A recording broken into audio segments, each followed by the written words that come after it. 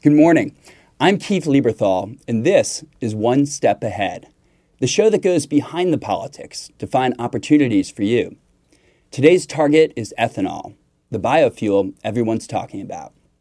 Now, let's say you had to choose between two fuels. The first was cheaper and cleaner than gasoline.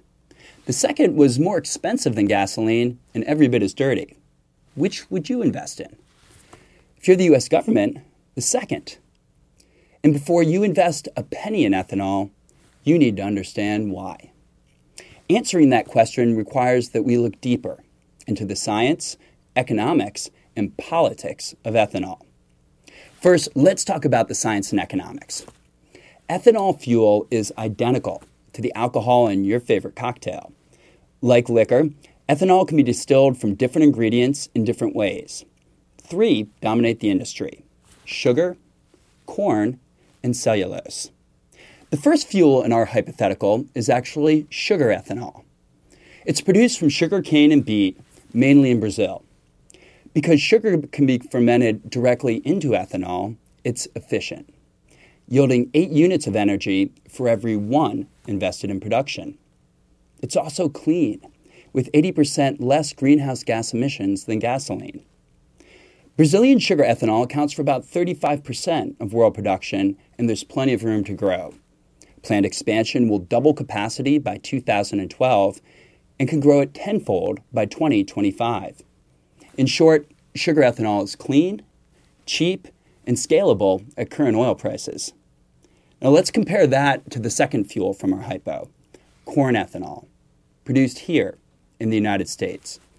Because corn contains less energy than sugar and is harder to convert into fuel, corn ethanol produces only slightly more energy than it consumes and has a 50% higher direct cost than sugar ethanol.